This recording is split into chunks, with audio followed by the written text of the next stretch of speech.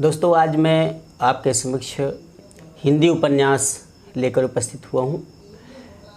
दोस्तों, ये topic UGC, net, KVS, NBS, TGT, PGT आदि के लिए अति महत्वपूर्ण है।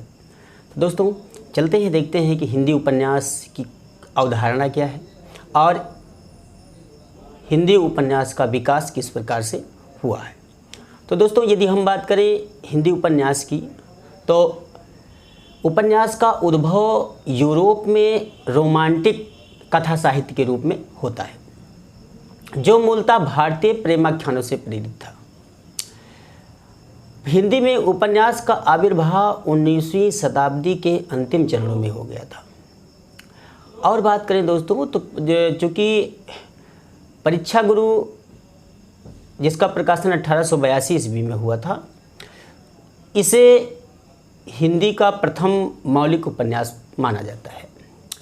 अब बात करें दोस्तों हिंदी उपन्यास की अवधारणा की, तो हिंदी उपन्यास की अवधारणा में आधुनिक काल में विकसित गद्य विधाओं में उपन्यास का महत्वपूर्ण स्थान रहा है। उपन्यासों के प्रचलन, विकास व सृजन में इसका जो श्रेय है वो पाश्चात्य देशों के लेखकों को जाता है। हिंदी में उपन्यास लेखन की परंपरा का आरंभ अंग्रेजी व बंगला उपन्यासों से माना जाता है। हिंदी से पहले बंगला में उपन्यास लिखे जाते थे। बंगला के अनेक उपन्यासकार रहे हैं जिन्होंने हिंदी साहित्य पर अपना बड़ा ही गहरा प्रभाव डाला था। इनमें बंकिम चंद्र चटर्जी, शरत चंद्र चट्टोपाध्याय, रवींद्रनाथ टैगोर आदि का महत्वपूर्ण स्थान है। दोस्तों, हिंदी में प्रथम उपन्यास को लेकर विद्वानों में पर्याप्त मतभेद रहा है। विद्वानों द्वारा अलग अलग उपन्यासों को प्रथम उपन्यास माना गया, जैसा कि आप देख रहे हैं। अगर हम बात करें प्रथम प्रस्तोता की, तो श्री शिव नारायण श्रीवास्तव जी ने इंसा अल्लाह खां की रानी केतकी की कहानी को हिंदी का प्रथम उपन्यास माना।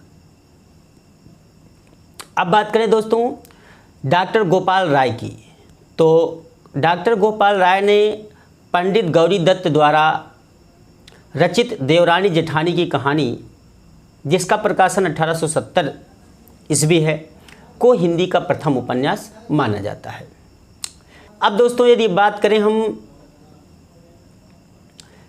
डॉक्टर विजय शंकर मल्ल जी ने श्रद्धाराम फुलौरी द्वारा रचित भागवती 1877 को हिंदी का प्रथम उपन्यास माना है। और जो सबसे महत्वपूर्ण बात है, आचार्य रामचंद्र शुक्ल जी ने हिंदी का प्रथम उपन्यास किसे माना, तो दोस्तों आचार्य रामचंद्र शुक्ल जी ने भी और अन्य अधिकतर विद्वानों ने भी लाला श्रीनिवास दास के परीक्षा गुरु 1882 को हिंदी का प्रथम और मौलिक उपन्यास मानते हैं। दोस्तों, इसी कड़ी में एक विद्वान आते हैं श्री कृष्ण लाल जी ने देवकीनंदन खत्री द्वारा रचित चंद्रकांता 1888 को हिंदी का प्रथम उपन्यास मानते हैं। और दोस्तों, इसी कड़ी में अगर हम बात करें हजारी प्रसाद द्विवेदी की, तो आचार्य हजारी प्रसाद द्विवेदी जी ने भारतेंद्र द्वारा रचित पूर्ण प्रकाश चंद्रप्रभा, जिसका प्रकाशन 1889 ईस्वी में हुआ था, को हिंदी का प्रथम उपन्यास मानते हैं। आचार्य शुक्ल के मत को सर्वाधिक मान्यता प्राप्त है, आप भी जानते हैं, हम भी जानते हैं। जो लाला श्रीनिवास दास की रचना परीक्षा गुरु है 1882, इसे सर्वसम्मत से हिंदी का प्रथम उपन्यास माना जाता है। तो दोस्तों, अब हम बात करेंगे हिंदी उपन्यास के विकास पर। तो हिंदी उपन्यास का विकास किस प्रकार से हुआ, यह जानना आपके लिए अति आवश्यक है। अगर हम बात करें हिंदी उपन्यास के विकास की, तो हिंदी उपन्यास के विकास क्रम को मुख्यतः 3 भागों में विभाजित किया जाता है। आप देख रहे हैं, पहला है प्रेमचंद पूर्व हिंदी उपन्यास, दूसरा प्रेमचंद युगीन हिंदी उपन्यास और तीसरा प्रेमचंदोत्तर हिंदी उपन्यास। दोस्तों सबसे पहले हम लेते हैं प्रेमचंद पूर्व हिंदी उपन्यास को। तो दोस्तों प्रेमचंद पूर्व हिंदी को हिंदी उपन्यास के विकास का आरंभिक चरण माना जाता है। उपन्यास विधा इस युग में अपना स्वरूप ग्रहण करने का प्रयास कर रही थी। प्रेमचंद पूर्व उपन्यास उपदेशात्मक तथा मनोरंजनात्मक प्रवृत्ति से परिपूर्ण थे। दोस्तों प्रेमचंद पूर्व उपन्यासों को भी हम 4 भागों में विभाजित करते हैं। आप देख रहे हैं 4 भागों में विभाजित किया गया। नंबर 1 है तिलस्मी अय्यारी उपन्यास, नंबर 2 है जासूसी उपन्यास और नंबर 3 है ऐतिहासिक उपन्यास तथा नंबर 4 है सामाजिक उपन्यास। तो दोस्तों आपने देखा कि तिलस्मी अय्यारी उपन्यास, जासूसी उपन्यास, ऐतिहासिक उपन्यास और सामाजिक उपन्यास। अब बात करते हैं सबसे पहले दोस्तों तिलस्मी अय्यारी उपन्यास की।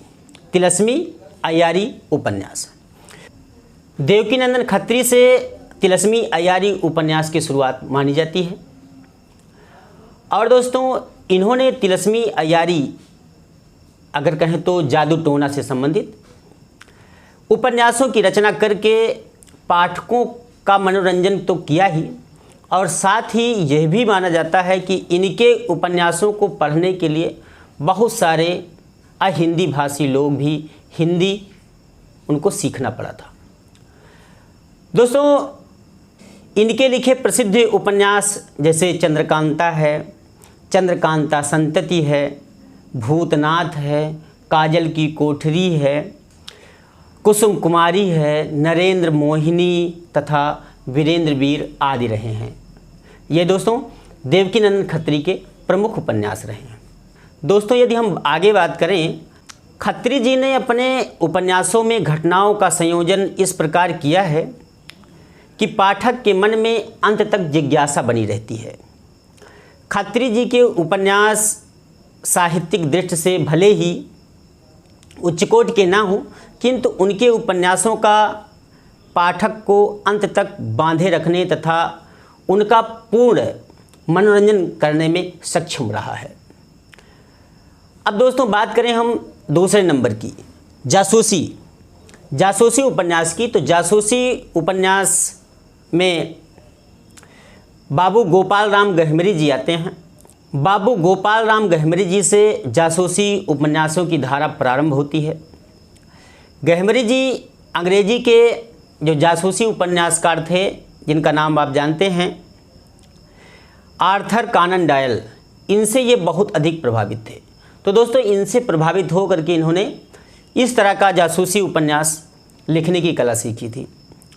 इनके प्रसिद्ध उपन्यासों में अगर बात करें तो अद्भुत लाश, जिसका प्रकाशन 1896 ईस्वी में हुआ था, दूसरा सरकटी लाश 1900 ईस्वी, फिर जासूस की भूल 1901 ईस्वी और जासूस पर जासूसी 1904 ईस्वी। ये महत्वपूर्ण इनके उपन्यास रहे हैं। दोस्तों आगे यदि बात करें हम तो इन उपन्यासों में भी घटनाओं की प्रधानता थी। ऐसा नहीं था कि घटनाएं यहाँ पर नहीं थी, घटनाएं यहाँ पर भी थी। सामान्यतः ऐसे उपन्यासों का आरंभ किसी हत्या अथवा लावारिस लाश की छानबीन से शुरू होता है। दोस्तों जैसे आपने CID देखा होगा, इन उपन्यासों में सामाजिक सीख अथवा उपदेशात्मकता की कोई गुंजाइश यानी स्थान नहीं थी। दोस्तों किशोरीलाल गोस्वामी का नाम भी जासूसी उपन्यासकारों में बड़ी ही श्रद्धा के साथ लिया जाता है। किशोरीलाल गोस्वामी कृत जासूसी उपन्यास जैसे आपने सुना होगा जिंदे की लाश, तिलस्मी शीश महल, लीलावती, याकूत तख्ती आदि इनके प्रमुख उपन्यास रहे हैं। अब दोस्तों देखते हैं ऐतिहासिक उपन्यास। ऐतिहासिक उपन्यास की यदि हम बात करें तो ऐतिहासिक उपन्यासों का संबंध भारतीय अतीत की गौरव गाथा से रहा है। इस धारा के उपन्यासकारों पर पुनरुत्थानवादी चेतना का विशेष प्रभाव रहा है। और दोस्तों, किशोरीलाल गोस्वामी और गंगा प्रसाद जी का नाम आपने सुना होगा। तो गंगा प्रसाद गुप्त की विशेष भूमिका ऐतिहासिक पात्रों को आधार बनाकर राष्ट्रीय सामाजिक जागरण का प्रयास करने वाले उपन्यासकारों में रही है। किशोरीलाल गोस्वामी कृत ऐतिहासिक उपन्यास जो कि महत्वपूर्ण है, उनको हम देख लेते हैं। सुल्ताना रजिया बेगम, आपने नाम सुना होगा। वह राजमहल में हलाहल, जिसका प्रकाशन 1904 में हुआ था। मल्लिका देवी या बंग सरोजनी 1905 में। लखनऊ की कब्र व शाही महलसरा 1917 आदि इनके महत्वपूर्ण उपन्यास रहे हैं। इसी कड़ी में गंगा प्रसाद गुप्त के उपन्यासों का भी हम जिक्र कर देते हैं। एक दो महत्वपूर्ण है इनके। तो दोस्तों, गंगा प्रसाद गुप्त के ऐतिहासिक उपन्यास में जैसे नूरजहां 1902, सिंह सेनापति, हम्मीर 1903 आदि महत्वपूर्ण रहे हैं। अब दोस्तों बात करें हम थोड़ा सा सामाजिक उपन्यासों की। तो सामाजिक उपन्यास का भी इसी भांति विकास हुआ। सामाजिक उपन्यासों की यदि हम बात करें तो उसमें लज्जाराम शर्मा मेहता, किशोरीलाल गोस्वामी, अयोध्या सिंह उपाध्याय हरियोध, ठाकुर जगमोहन सिंह इस धारा के प्रमुख उपन्यासकार रहे हैं। लज्जाराम शर्मा के आदर्श दंपति, जिसका प्रकाशन 1904 में हुआ था। बिगड़े का सुधार अथवा सती सुखदेवी 1907 और आदर्श हिंदू 1904 उपन्यासों का विशेष महत्व है। किशोरीलाल गोस्वामी के लीलावती व आदर्श सती 1901, चपला व नव्य समाज 1903 से 4 के बीच में इसका प्रकाशन हुआ था। दोस्तों, अब बात करें हम बिगड़े का सुधार अथवा सती सुखदेवी 1907 और आदर्श हिंदू 1914 उपन्यासों का विशेष महत्व रहा है। किशोरीलाल गोस्वामी के लीलावती व आदर्श सती 1901, चपला व नव्य समाज, पुनर्जन्म व सौतिया डाह 1907, साध्वी माधव व मदन मोहिनी और दोस्तों अंगूठी का नगीना 1918 उपन्यासों की विशेष ख्याति रही है सामाजिक उपन्यासों में। अब दोस्तों, अयोध्या सिंह उपाध्याय का जो अधिखिला फूल है 1907 में जो प्रकाशित हुआ। अयोध्या सिंह उपाध्याय हरियोध जी ने भी सामाजिक उपन्यास के विकास में अपना अति महत्वपूर्ण योगदान दिया था। उनके उपन्यासों में अधिखिला फूल 1907, ठेठ हिंदी का ठाठ इनके प्रसिद्ध उपन्यास रहे हैं। तो दोस्तों, इस प्रकार से हिंदी उपन्यास का विकास और भारतीय उपन्यास की अवधारणा रही है। तो दोस्तों, अगर ये हमारा वीडियो आपको पसंद आया हो तो कृपया हमारे चैनल को सब्सक्राइब करें। बगल में बेल आइकन होगी, उसे प्रेस कर दें, जिससे समय समय पर आपको हमारे वीडियो की नोटिफिकेशन मिलती रहे। और दोस्तों, हमारे वीडियो को लाइक करें, कमेंट करें, शेयर करें। तो दोस्तों, चलते हैं, फिर मिलेंगे एक नए वीडियो के साथ। तब तक के लिए नमस्कार। जय हिंद, जय भारत।